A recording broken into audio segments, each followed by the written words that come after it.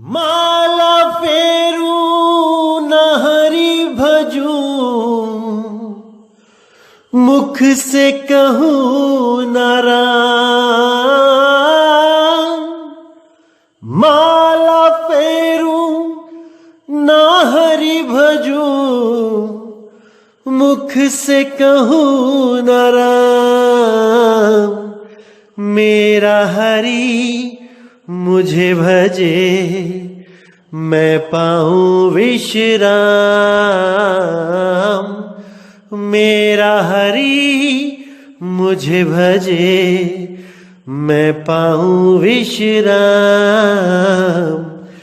मोको कहाँ ढूंढे रे बंदे, मैं तो तेरे पास में। मोको कहाँ ढूंढे रे बंदे, मैं तो तेरे पास में। खोजी होए तुरंत मिल जाऊं, एक पल की तलाश में। खोजी हो तुरंत मिल जाऊं, एक पल की तलाश में। मोको कहाँ ढूंढे रे बंदे, मैं तो तेरे पास में। मोको कहाँ ढूंढे रे बंदे, मैं तो तेरे पास में।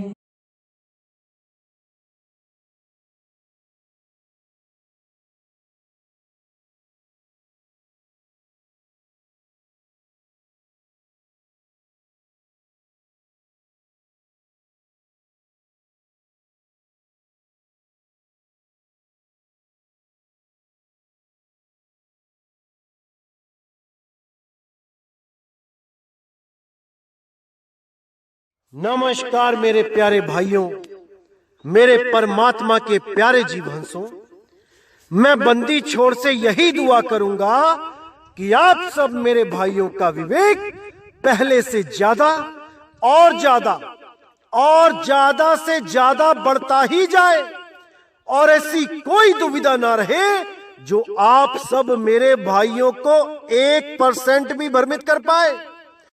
क्योंकि आप सबको पता है कि अब 2020 आने ही वाला है, और इस 2020 में ये जितने भी काल के दूत हैं ये सब एक्टिव हो जाएंगे। अलग अलग यूट्यूब चैनल अलग अलग ज्ञान लेके हमारा कटाक्ष करेंगे।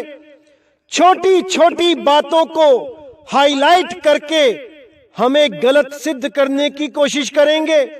ऐसे बहुत से आएंगे, लेकिन आपने भ्रमित नहीं होना है मेरे भाइयों, नहीं होना है। आपको कोई भी ऐसा YouTube चैनल दिखाई देता है जो हमारे खिलाफ बोलता है, कुछ भी भ्रमित करने की कोशिश करता है, आप मुझे उसका लिंक सेंड कीजिए। मैं अपने आने वाले सत्संगों में उन सब का भेद खोलता जाऊंगा। जहां जहां वो भ्रमित करने की कोशिश करते हैं, मैं हर चीज को क्लियर करता जाऊंगा। जैसे अभी कुछ ही दिन पहले एक और YouTube चैनल हमारे खिलाफ आ गया है, और वो हमारे खिलाफ बहुत कुछ बोल रहा है। कोई बात नहीं, वो कहां पे भ्रमित करने की कोशिश कर रहा है आपको मैं आज क्लियर करता हूं। आपको अगर वो दिखाई देगा, आप समझ जाओगे मैं किसकी बात कर रहा हूं। मैं नाम नहीं लूंगा, लेकिन अगर उसकी वीडियो सुनेंगे तो आप समझ जाएंगे मैं किसके बारे में बात कर रहा हूं। वो भाई क्या कहता है कि मदन पंथ वाले आपको आदि नाम के साथ जोड़ रहे हैं। तो वो भाई इस आदि नाम को क्या बताता है? आदि का मतलब क्या बताता है कि आदि का मतलब होता है पैदा होना, और वो कहता है कि जहां आदि है वहां अंत भी होगा, यानी जो पैदा हुआ है वो मरेगा भी। अरे मेरे भाई, आदि का मतलब अच्छी तरह डिक्शनरी में देख लो। क्यों लोगों को भ्रमित करते हो आप लोग? आदि का मतलब होता है पहले, सबसे पहले, जिससे पहले कुछ भी ना हो उसको आदि बोला है सतगुरु बंदी छोड़ कबीर साहिब ने। आदि का मतलब ये नहीं कि सबसे पहले पैदा हो गया, तो जो पैदा हो गया वो एक दिन मरेगा भी। आदि का विपरीतार्थक अंत होता है। शब्दों के साथ हेरफेर करना, चालाकी करना बंद कर दो। आदि का मतलब होता है अनंत, जिसके पहले कुछ भी ना हो। उसी को मूल बोला जाता है, उसी को परमात्मा बोला जाता है। इसीलिए नानक साहब ने कहा, आद सच जुगाद सच, है भी सच नानक होसी भी सच। अब इसका मतलब ये नहीं कि नानक साहब उसकी बात कर रहे हैं जो आदि में पैदा हुआ और जुगाद तक रहेगा, उसके बाद मर जाएगा। क्यों लोगों को भ्रमित करते हो तुम लोग? ना तो तुम्हारा कोई अपना गुरु है, ना तुम्हारा कोई शिक्षक है। बस कुछ इधर से, कुछ उधर से, कुछ वहां से, कुछ यहां से उठा के खिचड़ी ज्ञान पका के अपना नाम लगा के इनके सामने रख देते हो। अपना कभी कोई गुरु बनाया नहीं और दुनिया का गुरु बनने के सपने देखते हो। सुधर जाओ तुम लोग, सुधर जाओ। तो क्या कहते हैं नानक साहब, क्या कहते हैं कबीर साहब कि आदि नाम निज मूल है। वो आदि नाम निज मूल, निज सार है। यानी तुम्हारा आत्म स्वरूप ही निज सार है और वो आत्मा अजन्मा है। वो कभी किसी भी काल में ना तो जन्मता है ना मरता है। गीता में उसी के बारे में बोला गया है कि हे अर्जुन, जो आत्मा को ये मानता है कि वो कभी किसी काल में पैदा हुआ या किसी काल में नष्ट हो जाएगा, वो दोनों ही मूर्ख है, अज्ञानी है। आत्मा ना तो किसी काल में जन्मता है, ना ही किसी काल में उसका नाश होता है। उसी आत्मदेव को आदि बोला गया है। आद सच जुगाद सच, है भी सच नानक होसी भी सच। बाकी जितने भी नाम हैं, जितने भी मंत्र हैं, ये सब इंसानों द्वारा बनाए गए हैं। लेकिन वो निज नाम, निज रूप, निज शब्द वो किसी के द्वारा बनाया नहीं गया है। इसीलिए उसको आदि नाम बोल दिया गया है। आदि नाम को प्रणाम, बाजत गढ़ आठों जाम। वो बजता है, वो धुन रूप में है, वो 24 घंटे होता है। ऐसा कोई समय नहीं है जब वो नहीं था या नहीं रहेगा। उसी आत्म स्वरूप को प्राप्त करने के बाद आपकी जो अवस्था होगी वो पीव अवस्था हो जाएगी। अभी आप जीव अवस्था में हो। अभी आपकी सूरत पांचों तत्वों के साथ लगी है। जैसे ही ये मन माया की हद से ऊपर उठती हुई उस नी तत्व सार शब्द में लगेगी, इसकी अवस्था ही बदल जाएगी। ये अब जीव नहीं रही, ये स्वयं कबीर हो जाती है, ये स्वयं पीव हो जाती है। समझ जाओ मेरे भाइयों, इसको समझ जाओ। हमारे मदन साहिब के पंथ में भी ऐसे ऐसे कालदूत घुसे हुए हैं जो 2020 में पूरा एक्टिव हो गए हैं और पूरा भ्रमित करने की कोशिश कर रहे हैं जीवों को। उनको भी समझ जाना चाहिए कि अब तुम लोगों की दाल नहीं गलेगी। तुम लोगों ने जितना मूर्ख बनाना था बना लिया। अब तुम्हारी दाल मदन साहिब के पंथ में नहीं गलने वाली। जितने भी ये गुरु हैं जो इस गले से निकलने वाली आवाज आ, इसको ही सार शब्द बताते हैं, वो लोग भी अब अपने अपने शब्दों पे विचार करना शुरू कर दो। क्योंकि जितने भी ये काल के दूत हैं, ये आ को ही सार शब्द बताने वाले, असल में इन्होंने कभी अनुभव किया ही नहीं। ये कभी उसको जान ही नहीं पाए। इसीलिए ये लोग गले से आ की आवाज निकाल के शिष्यों को सार शब्द बताते हैं कि यही सार शब्द है। ये जो गले से आवाज निकल रही है यही सार शब्द है। ऐसा भ्रमित करते हैं ये लोग कि क्या बताऊं। तो मेरे भाई, आपने भ्रमित नहीं होना है। मदन साहिब के ग्रंथ में एक एक चीज क्लियर की हुई है, बस उसको समझना थोड़ा सा मुश्किल है। उसके लिए पूर्ण विवेकी होना पड़ता है, उसके लिए पूर्ण जागृति चाहिए। अगर एक शब्द भी आगे पीछे हो जाए तो पूरे अर्थ का अनर्थ हो जाता है। तो जो भी आपको ये बोले कि गले से निकलने वाली आवाज ये आ यही सार शब्द है, तो समझ जाना मेरे भाइयों कि वो मदन पंथ में भी काल का ही दूत बैठा है। उससे बच के रहना, उससे दूर ही रहना, नहीं तो वो आपकी बुद्धि भ्रष्ट कर देगा और आप इसी आ के चक्कर में पड़ के अपना अनमोल जन्म बर्बाद कर दोगे। कोई भी अगर मदन पंथ में भी कहता है कि वो सार शब्द गले से निकलने वाला आ है, तो समझ जाना मेरे भाई कि वो काल का दूत छुपा हुआ है, हमारे पंथ में घुसा हुआ है। कबीर साहब कहते हैं, होठ कंठ लागे नहीं, जिब्या नहीं उच्चार, गुप्त वस्तु जो लख है सो है हंस हमार। वो मेरा हंस है जो उस गुप्त वस्तु को लख ले, उसे बोले ना, क्योंकि होठ कंठ लागे नहीं। इस कंठ से लगने वाली कोई भी आवाज है, इस कंठ से निकलने वाली कोई भी आवाज है, वो काल की ही है। वो कुछ समय के लिए निकलेगी और शांत हो जाएगी। वो पैदा की जा सकती है और खत्म की जा सकती है, लेकिन वो सार शब्द अखंड नाद वो कभी ना तो पैदा होता है और ना ही कभी उसका अंत होता है। इसको अच्छी तरह समझ जाओ मेरे भाई। होठ कंठ लागे नहीं, ना तो होठ लगेगा, ना कंठ लगेगा, ना जीभ लगेगी, ना कुछ भी नहीं। वो एक वस्तु है, उस वस्तु को सूरत के द्वारा ही अनुभव किया जा सकता है।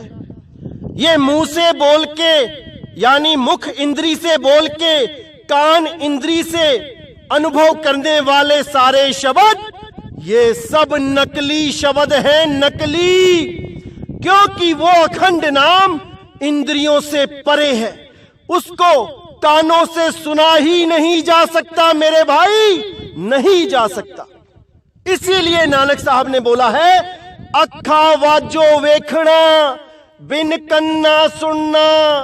वो बिना कानों के सुनाई देता है, वो बोल के नहीं बोला जा सकता, उसको कोई बोल नहीं सकता भाई। बोले अबोल एक है सोई, जिन ये लखा सो बिरला होई। कोई बिरला ही होगा जो उस बोल को, बोल यानी कि उस आवाज को, कौन सी आवाज को, जो अबोल है, जो बोला नहीं जा सकता, वो अबोल है। बोल अबोल एक है सोई। अब ये दोहा दिखा के कई मदन पंथी काल के दूत भी भ्रमित करने की कोशिश करते हैं समाज को। क्या कहते हैं कि देखो क्या लिखा है, बोल अबोल एक है सोई, यानी जो ये अक्षर आ है, आ जो मैं बोल रहा हूं, और अबोल आत्मा एक ही है, ये दोनों एक ही वस्तु है। इनकी बुद्धि पे जो पत्थर पड़ गए हैं, आज मैं मालिक से दुआ करूंगा कि इनकी ये बुद्धि के ऊपर जो बड़े बड़े पत्थर पड़े हैं ये हट जाएं और थोड़ी सी दिमाग की खिड़की खोल के इस दोहे के असली अर्थ को, असली भाव को समझने की कोशिश करें। अब यहां पर ये चालाक लोग, ये चालाक तो क्या बोलूंगा, मंद बुद्धि लोग क्या कहते हैं कि बोल और अबोल एक ही है। अब इन लोगों को यही नहीं समझ में आता कि बोल के आगे आ लगाने पर वो विपरीत अर्थक बन जाता है, जैसे ज्ञान के आगे आ लगा दो तो वो अज्ञान हो जाता है। अब इस दोहे के जगह अगर ये लिखा होता कि ज्ञान अज्ञान एक है सोई, तो क्या लोग ये अर्थ करते कि ज्ञान और अज्ञान एक ही बात है?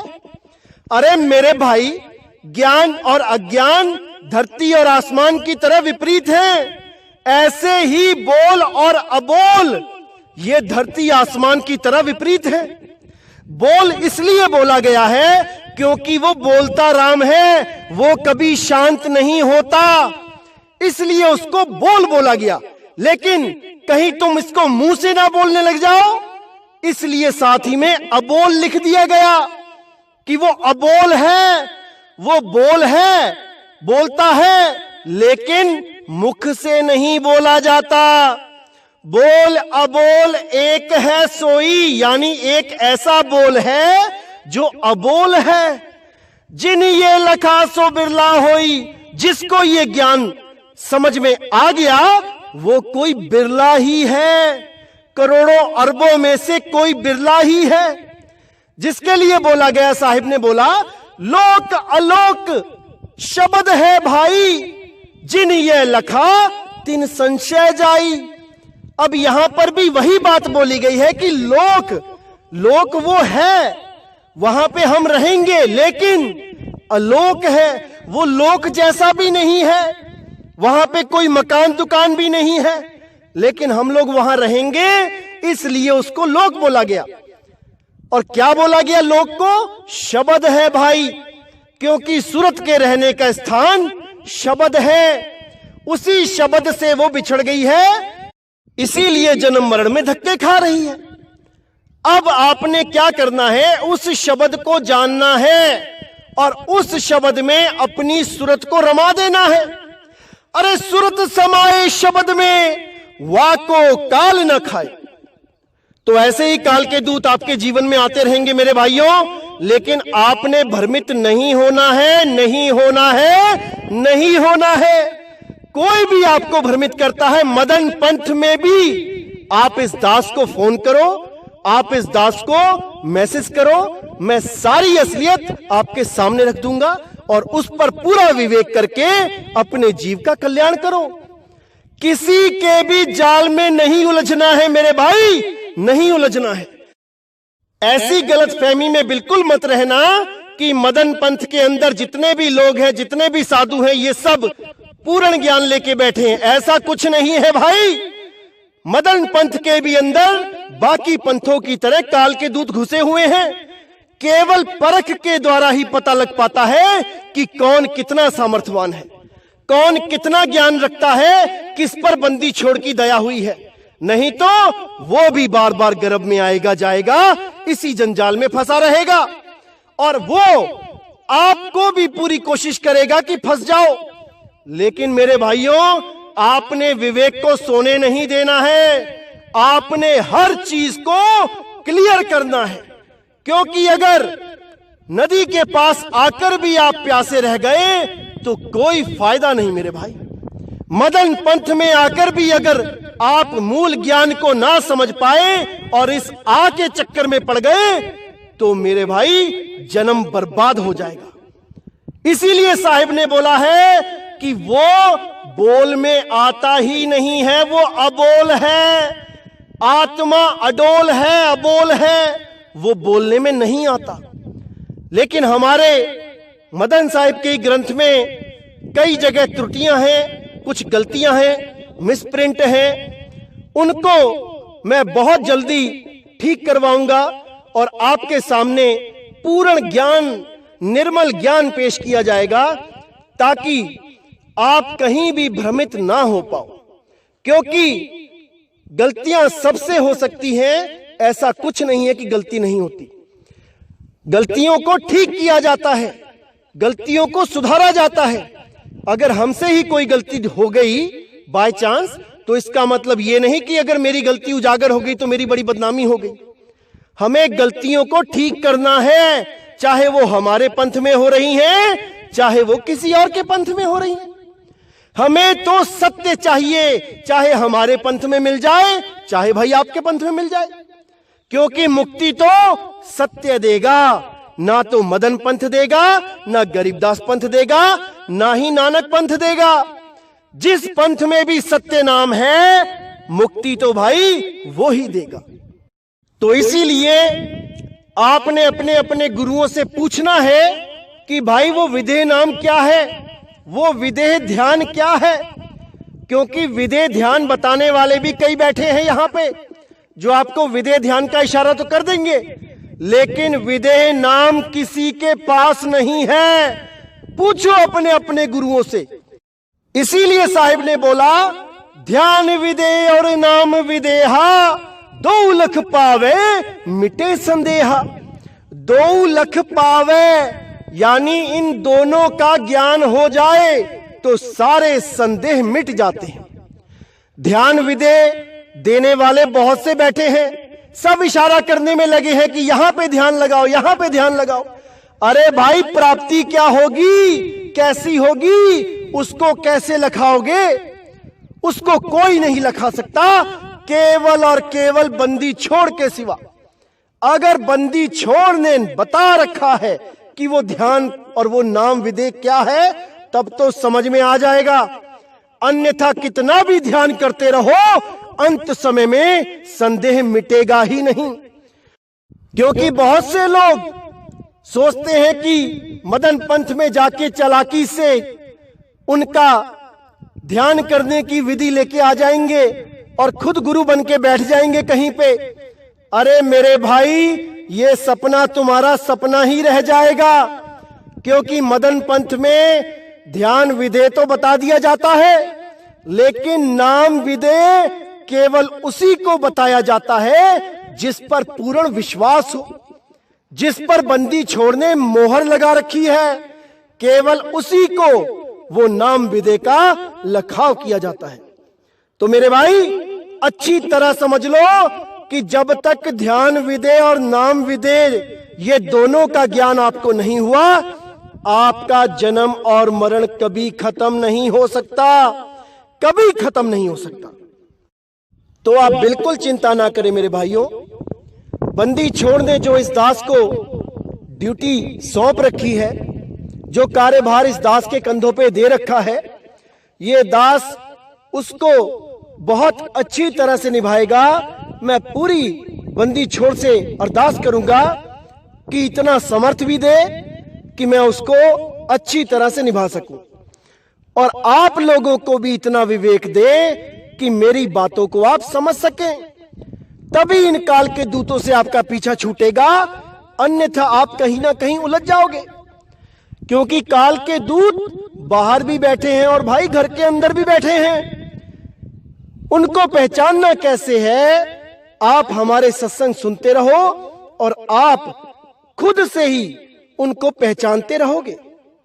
मुझे नाम लेने की जरूरत नहीं पड़ेगी, आप खुद ही जान जाओगे कि कौन परमात्मा का बच्चा है और कौन काल का दूत भ्रमित करने के लिए इस दुनिया में आया है। आपको स्वयं बोध हो जाएगा।